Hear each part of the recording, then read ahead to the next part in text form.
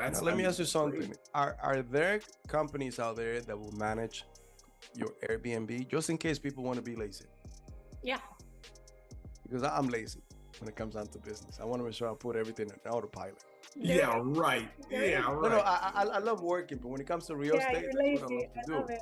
Like honestly, even though I'm a real estate investor, I don't like changing the bulb, changing the toilet, and all the stuff that real estate entails. But and why I ask you that too is we have a management company that manage our Airbnbs in Florida, and they charge about 10 to 15% on on the net of what we make. And again, I have nothing to do with it. And that's another way that, correct me if I'm wrong, that you could tell people how to.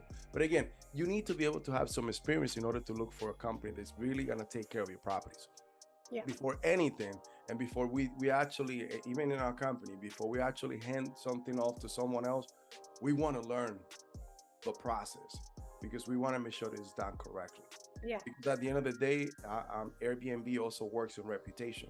How many stars? You a super host? Are you a host? All those little things